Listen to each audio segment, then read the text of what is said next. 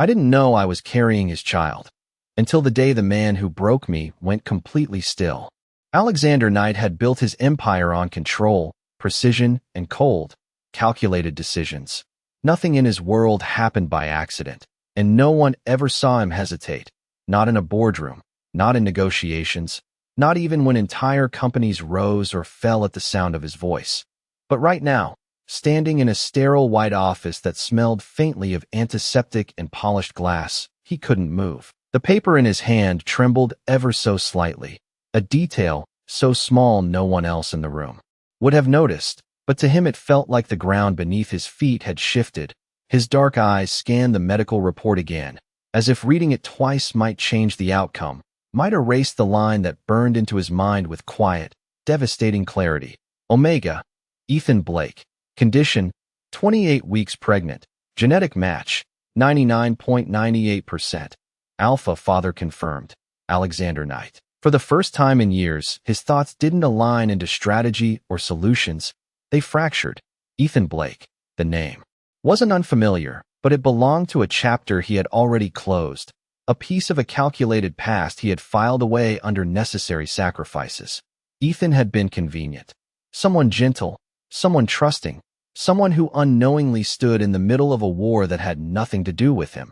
Alexander had approached him with purpose, with a plan rooted in revenge, using proximity and emotional manipulation to get close to a rival family through the one person no one thought mattered. And when the objective was complete, when the damage had been done, he had walked away without looking back, leaving behind nothing but silence and a carefully constructed lie. That was months ago, months of complete detachment, of moving forward without hesitation, because that was what he did best. But now, every assumption he had made collapsed in the span of a single breath. Pregnant. The word echoed louder than it should have, heavier than any business deal or strategic loss he had ever faced. Ethan was carrying his child, not just any child. The report made that clear with clinical finality, his only child. A rare genetic marker, something Alexander himself had been told years ago meant the odds of having an heir were nearly non-existent. Something he had dismissed as irrelevant, because legacy, to him, had always been built through power, not blood, until now. The room felt too quiet, too still, as if even time itself had paused to watch what he would do next. His assistant stood a few feet away, waiting, unaware that the man she worked for, the one everyone feared for his unshakable composure, was standing on the edge of something he couldn't control. Alexander lowered the paper slowly, his jaw tightening, not in anger, but in something far more unfamiliar. Realization. Memory flickered without permission. The way Ethan had looked at him, not with fear or ambition, but with something dangerously genuine. The quiet warmth in his voice, the way he had believed every word Alexander said. And the last time they had seen each other, the cold dismissal, the deliberate cruelty, the sentence that had ended it all. You were just part of the plan. Alexander exhaled sharply, but it did nothing to steady him. Somewhere in the city, Ethan was alone, carrying a future Alexander had never planned for, never accounted for. And for the first time in his life, the man who controlled everything realized there was something he might already be too late to fix.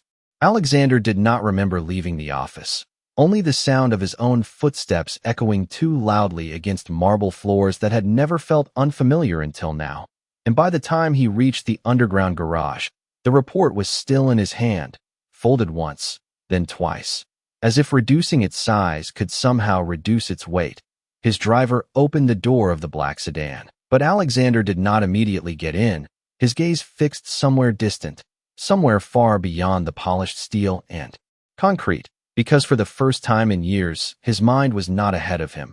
It was behind, dragging him backward into moments he had deliberately chosen to forget. Ethan had never belonged in Alexander's world. That had been clear from the beginning, from the way he had looked slightly out of place at high-end events, from the way he spoke with quiet honesty instead of calculated intent, from the way he trusted too easily. That was why Alexander had chosen him.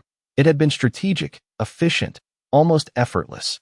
Gaining Ethan's trust had not required grand gestures or elaborate lies, only consistency, attention, and the illusion of sincerity.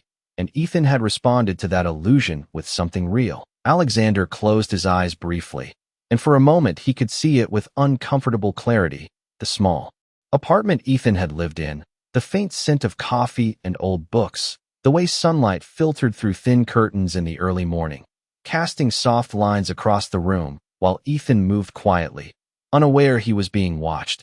There had been no luxury there, no power, no advantage, and yet it had been calm, something Alexander had not realized he lacked until now. The memory shifted, sharp and unwelcome. To the night everything ended, the cold precision in his voice, the way he had delivered the truth like a final transaction, clean and absolute. He had expected anger, maybe tears, maybe even confrontation, but what he got instead was silence. Ethan had simply stood there, absorbing the words as if they did not belong to him, as if they were meant for someone else. And then he had nodded once, a small, almost imperceptible movement that carried more weight than any reaction Alexander had prepared for. "I understand," Ethan had said quietly, and there had been no accusation, no demand, no attempt to hold on, just acceptance. Alexander had turned away first. He had not watched Ethan leave. That had been the point. Clean break, no loose ends. But now, standing beside a car he had not yet entered, Alexander realized that there had been a loose end, one he had never accounted for, one growing silently, steadily, for months without his knowledge. 28 weeks. The number echoed in his mind with unsettling precision. More than 6 months. Ethan had carried this alone for more than 6 months. Alexander's jaw tightened as a new thought surfaced, sharper than the rest. If Ethan had not told him, it was not an oversight. It was a choice, a deliberate decision to keep him out. And for the first time, Alexander could not dismiss that choice as irrational or emotional, because he understood exactly what had caused it. He slid into the back seat finally, the door closing with a muted sound that seemed to seal something behind him. "Find him," he said, his voice low but unmistakably firm, and even to his own ears, it sounded different, not colder, not harsher, but heavier, grounded in something that had not been there before. His assistant hesitated for only a fraction of a second before responding. "Yes, sir." And as the car pulled out into the slow, steady flow of city traffic, Alexander leaned back, his gaze fixed ahead, but his thoughts no longer belonged to the road in front of him. Somewhere out there, Ethan was living a life that no longer included him, carrying a future Alexander had never planned for, and the realization settled deep, undeniable and unshakable. This was not a situation he could solve with strategy alone, because for the first time, the outcome depended on someone who had every reason not to let him in. By the time the sun rose over the city, Ethan Blake was already awake, though he had barely slept, the early light slipping through the thin curtains of his small apartment, painting quiet lines across the worn wooden floor, a stark contrast to the life he once thought he might have. His hand rested instinctively over the gentle curve of his stomach, a habit that had formed without conscious thought, as natural as breathing, as constant as the quiet determination that had carried him through the past months. The space around him was modest, barely 600 square feet, with a small kitchenette, a second-hand couch, and a narrow bed pushed against the wall. But it was his, a place where no one knew his name beyond polite greetings, where no one associated him with a powerful alpha or a broken past. That had been intentional. Disappearing had not been an act of fear, but of choice. After that night, after the truth had been laid out with such cold precision, Ethan had understood something clearly and without illusion. There was no place for him in Alexander's world, and more importantly, there never had been.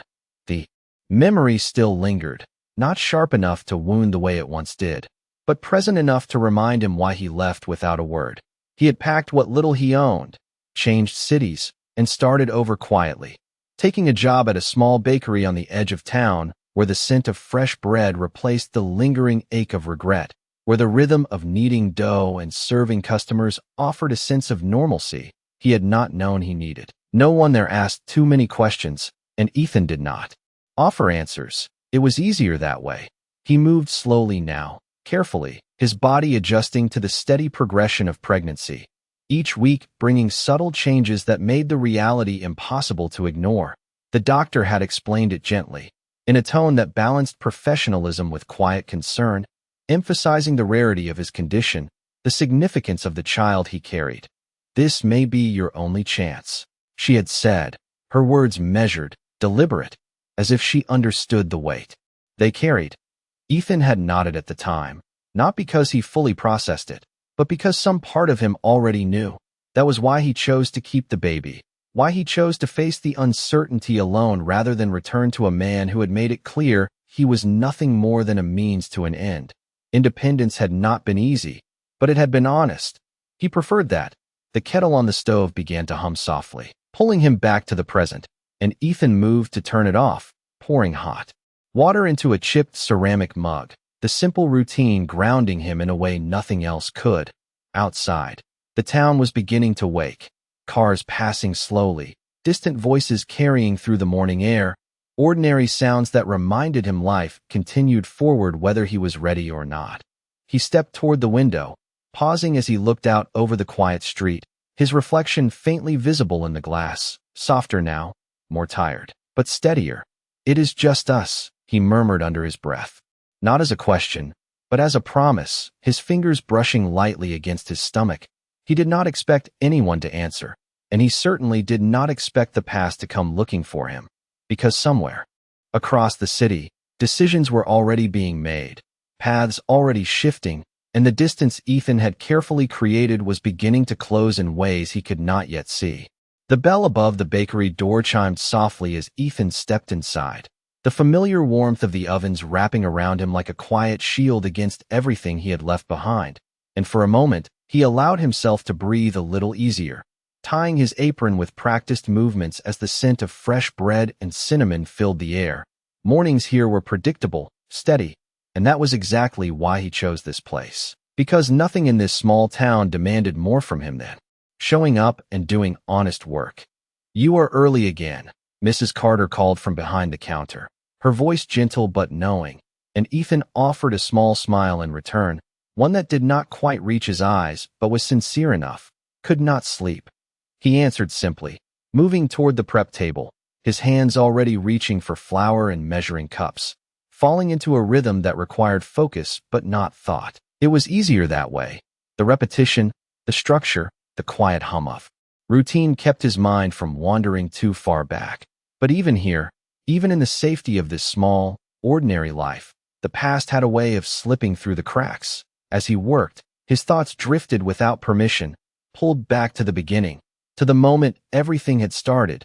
He had met Alexander at an event he had never intended to attend, filling in for a friend at a catering job in a place far more polished and intimidating than anywhere he belonged, surrounded by sharp suits, quiet conversations, and an unspoken hierarchy he did not understand. Alexander had stood out immediately, not because he demanded attention, but because he did not need to. There had been a stillness about him, a quiet authority that made the room seem to adjust around him. Ethan had tried not to look, had told himself it was none of his concern, but their eyes had met anyway, just once, just long enough to leave an impression he could not explain.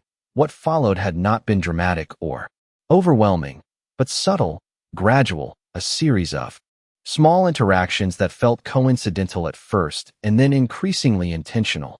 Alexander had been attentive without being overwhelming, kind without being overly familiar, and for someone like Ethan, who had never been the center of anyone's focus, it had been disarming. He had believed it was real. That had been his first mistake. The memory shifted again, to quiet evenings and simple conversations, to the feeling of being seen in a way he had not experienced before, and then to the moment everything unraveled, when the truth had been delivered not with anger, but with indifference, as if the connection Ethan had thought they shared had never existed at all. Ethan's hands paused briefly over the dough, the soft texture grounding him as he pushed the memory aside, forcing himself back into the present. He could not afford to linger there, not anymore. He had made his choice, and he would stand by it. The sound of the front door opening again pulled his attention forward, and he glanced up instinctively, expecting another early customer.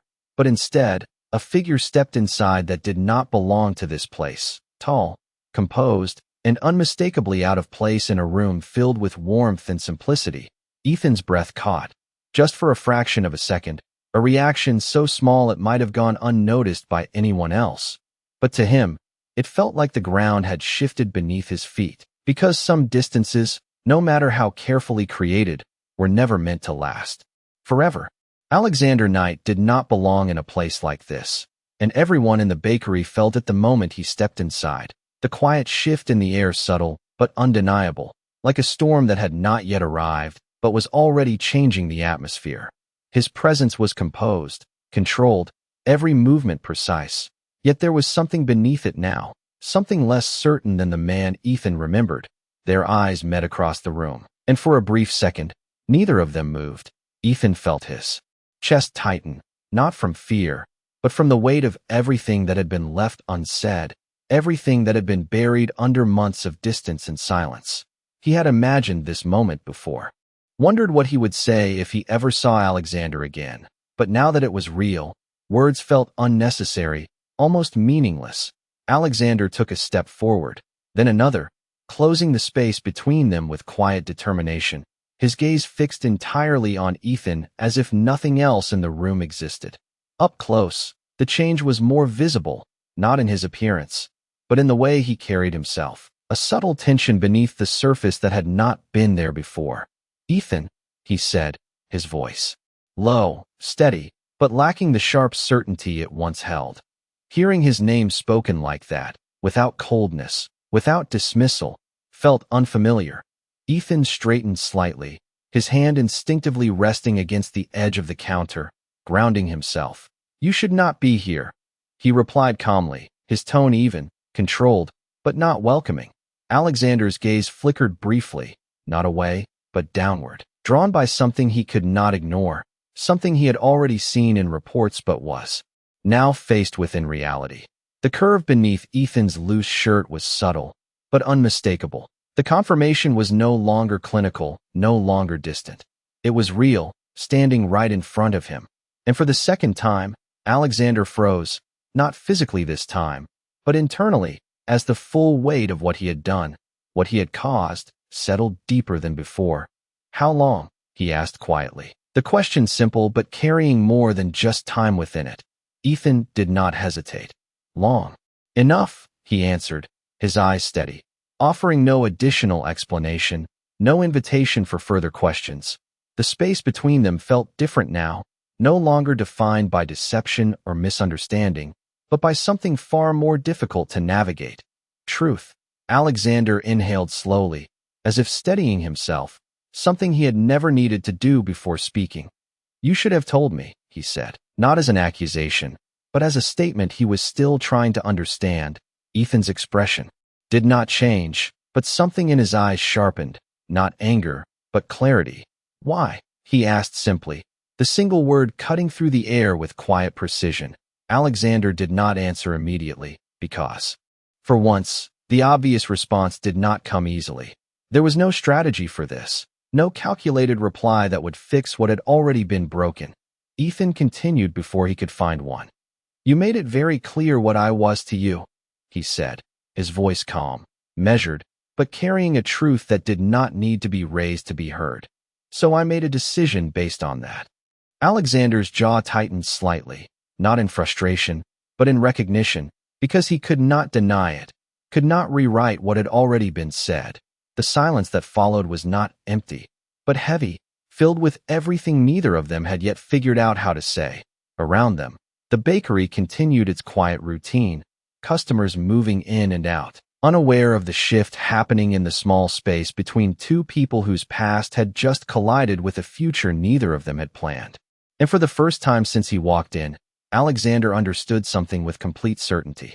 This was not a situation he could take control of, because the only person who mattered in this moment was the one standing in front of him, and Ethan was no longer someone he could influence, manipulate, or walk away from without consequence. The silence between them did not break immediately, but it shifted, tightening in a way that made it impossible to ignore, and Alexander was the first to move again, not stepping closer, but adjusting his stance as if grounding himself in a situation he could no longer control. "I am not here to argue about the past," he said finally, his voice measured, but no longer carrying the detached certainty that once defined him. Ethan let out a quiet breath, almost inaudible, as if he had expected that answer and found no comfort in it. "That is convenient," he replied, his tone steady, neither sharp nor soft, just honest. Alexander did not react the way he once would have, did not deflect or redirect, because there was no version of this conversation where he could come out unchanged. Instead, he focused on the one thing that mattered now, the reality standing in front of him. "You are not alone in this," he said, the words deliberate, chosen carefully, but carrying an unfamiliar weight. Ethan's gaze did not waver, but there was a subtle shift in his expression, not surprise, but recognition of what those words implied. "I have been for months," he answered simply, and there was no accusation in it, only fact. That truth settled between them, undeniable and unchangeable. Alexander nodded once, a small acknowledgement that did not attempt to erase what had already happened. "That should not have happened," he said, quieter now, and for the first time it sounded less like a statement and more like something closer to regret. Ethan's fingers tightened slightly against the counter, not in anger, but in restraint, as if holding himself steady against something he refused to let surface. "But it did," he replied, and there was no hesitation, no softness to it. Outside, a car passed slowly, the faint sound of tires against pavement filling the space that neither of them spoke into for a moment. Alexander's gaze drifted again, not out of avoidance, but drawn inevitably back to the visible reality of Ethan's condition, the undeniable proof of a future that now existed whether either of them was ready for it or not. "Have you seen a doctor regularly?" he asked, the question practical, grounded, but carrying concern that he did not try to hide. Ethan hesitated for the first time, just briefly, before nodding. "I have everything under control," he said, and while the words were firm, they were not defensive, just clear boundaries. Alexander accepted that answer, but it did not ease the tension in his expression. "If there is anything you need," he began, but Ethan cut him off, not abruptly, but with quiet certainty. "I already have what I need," he said, meeting Alexander's gaze directly. And this time, there was something stronger in his voice, something rooted in the months he had spent building a life without him. Alexander held that look, not challenging it, not dismissing it, but understanding it in a way he had not been capable of before. This was not the same person he had left behind. This was someone who had adapted, endured, and chosen a path that did not include him. And that realization did not push him away, it pulled him forward in a way he could not ignore. "That may be true," he said slowly, "but it does not change the fact that I am part of this now." And there was no demand in his tone, no attempt to claim authority, just a statement he was no longer willing to deny.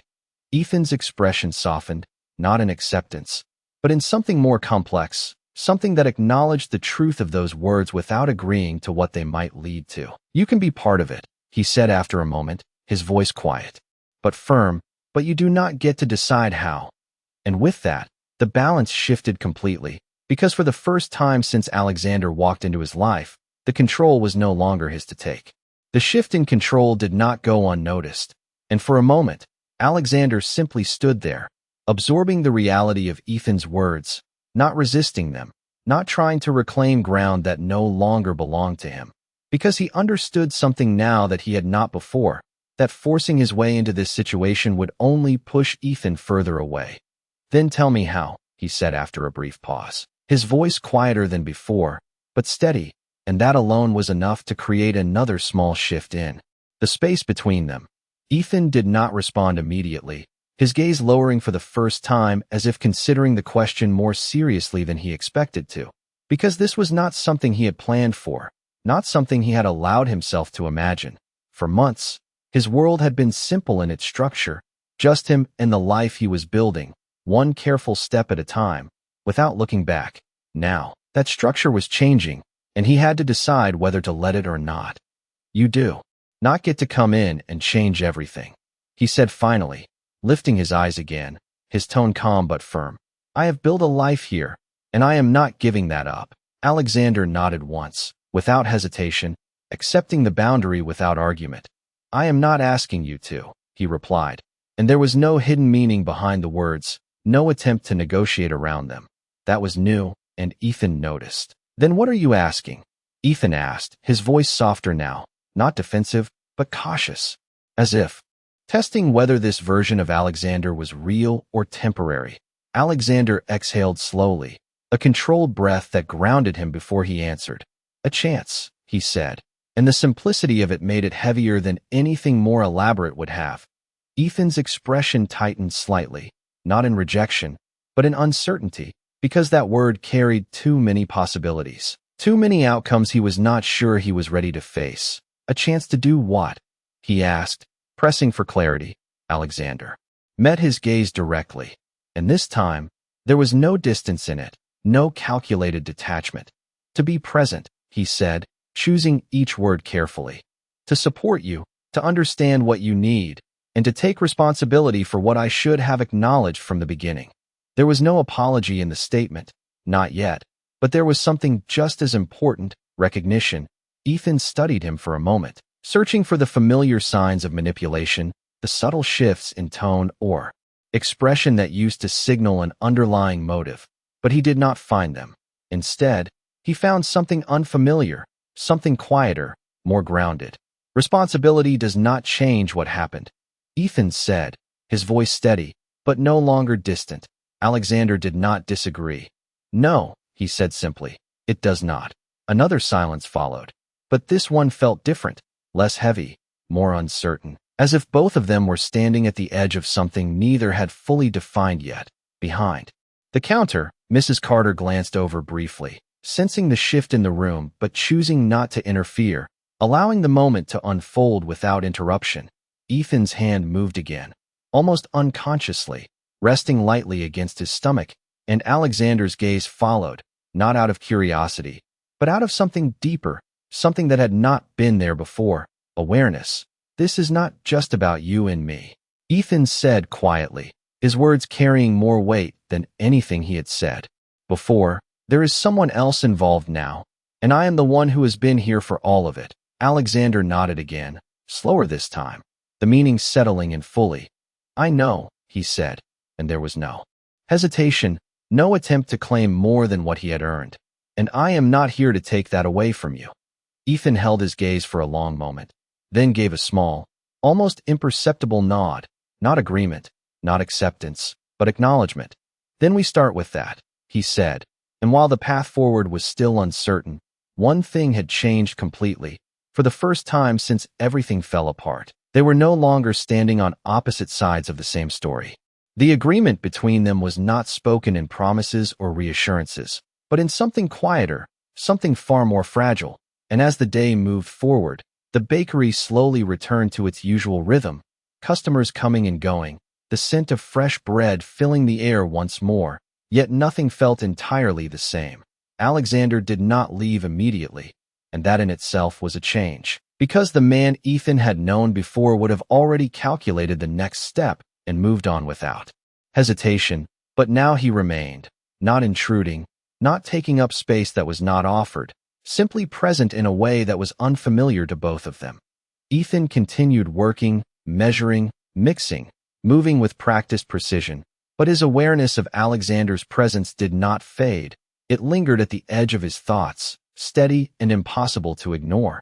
After some time, Mrs. Carter approached Ethan quietly, her expression gentle but perceptive. Do you want to take a break? She asked, her tone suggesting she already knew the answer, and Ethan hesitated before nodding once, setting down what he was holding and stepping away from the counter. He did not look at Alexander immediately, but he knew he would follow, and he did. Outside, the air was cooler, a soft breeze moving through the quiet street, carrying with it the distant sounds of the town settling into late morning. Ethan stepped to the side, creating space, not distance, and Alexander stopped a few feet away, respecting that boundary without being told. For a moment, neither of them spoke, the silence no longer heavy, but thoughtful, as if both were adjusting to this new version of the same conversation.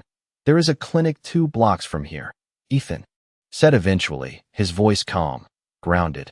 I have appointments every month, sometimes more often depending on what they need to check. Alexander listened without interruption, his focus entirely on Ethan, not just hearing the words, but understanding what they represented, months of decisions made without him, months of responsibility carried alone. And everything is stable, Ethan added, not offering reassurance, but stating a fact he had worked hard to maintain. Alexander nodded slightly, absorbing that, and for a brief moment, something shifted in his expression, not relief exactly, but recognition of the effort behind those words. "I would like to come with you to the next appointment," he said carefully, not as a demand, but as a request, one that left room for refusal. Ethan considered it, his gaze drifting briefly to the street before returning to Alexander, searching for something he could not quite define, something that would tell him whether this was genuine or temporary. "Why?" he asked, not out of resistance, but out of necessity. Alexander did not hesitate this time. "Because I should understand what is happening, and because I want to be there," he said, and the simplicity of the answer made it harder to dismiss. Ethan's expression softened slightly, not enough to signal agreement, but enough to show he was listening. "This is not something you can step in and out of," he said quietly, his voice carrying a quiet strength that had been built over time. "It is not a situation you can manage when it is convenient." Alexander met his gaze without flinching. "I am not looking for convenience," he replied, and there was a steadiness in his voice now, something more grounded than before, as if he had already accepted that whatever came next would not be simple or controlled. Ethan held that look for a moment longer, then nodded once, a small movement that carried more meaning than it seemed.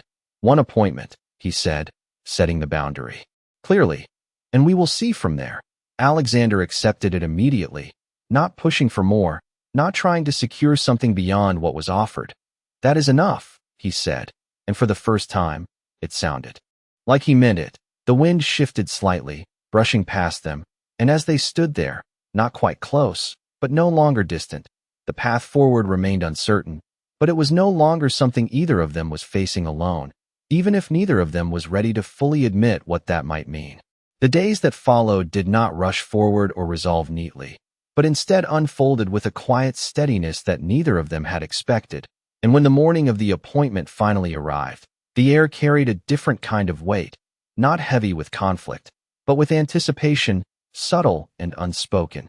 Ethan stood just outside the small clinic, one hand resting lightly against his stomach, his posture calm but thoughtful, as if he was measuring something invisible, something internal. Before taking the next step, Alexander arrived precisely on time. But unlike before, there was no sense of urgency in his movements, no underlying tension pushing him forward, only a deliberate choice to be present in the moment as it was. When their eyes met, there was no hesitation, only a quiet acknowledgement that this was something they were stepping into together, even if neither of them fully understood what that meant yet. Inside, the clinic was simple, clean, and unassuming, the kind of place that focused on care rather than appearance. And as they checked in, Ethan moved with familiarity, greeting the receptionist with a small nod, while Alexander remained slightly behind, observing without interfering, allowing Ethan to lead in a space that was clearly his. The waiting room was quiet, filled with soft sounds and muted conversations, and when they sat down, there was a small but noticeable space between them, not distant, but respectful. For a few moments, neither of them spoke, but this silence felt different from the ones before, less uncertain, more reflective, as if both were absorbing the significance of being there. When Ethan's name was called, he stood first, and after a brief glance in Alexander's direction, he gave a small nod, not an invitation, but a confirmation, and Alexander followed without question. The examination room was modest, with soft lighting, and the faint hum of medical equipment in the background. And as Ethan settled into place, the doctor greeted them warmly, her tone professional but kind, explaining each step with clarity. Alexander remained quiet, listening carefully, not interrupting, not asserting control, simply taking in information that he had not been part of before. When the moment came, when the monitor flickered to life and the soft, rhythmic sound filled the room, something shifted in a way that neither of them could have anticipated. It was not dramatic or overwhelming, but it was undeniable, a steady, unmistakable presence that existed beyond words or explanations. Ethan's expression softened, his hand instinctively moving again to rest against his stomach, And for the first time since everything began, there was a visible sense of connection that extended beyond just him. Alexander did not speak, but the change in him was clear, not in any outward display, but in the way he stood, the way his focus narrowed completely to that single moment, as if everything else had faded into the background. The doctor continued speaking, explaining measurements, progress, and expectations, but Alexander only caught fragments, because what mattered was already in front of him, something real, something he could not reduce to strategy or logic. When it was over, when the room returned to its quiet state and the monitor went still, Ethan sat up slowly, composed, but not untouched, and for a brief moment, his gaze met Alexander's again. There were no words exchanged, none that could fully capture what had just happened, but something had changed, something fundamental and irreversible. Outside, the world continued as it always did, cars passing, people moving through their routines, but for them, the path ahead was no longer defined by what had been lost or broken, but by something new, something uncertain but shared. And as they stepped out of the clinic side by side, not quite together, but no longer apart, it became clear that whatever came next would not be decided by the past, but by the choices they were willing to make moving forward.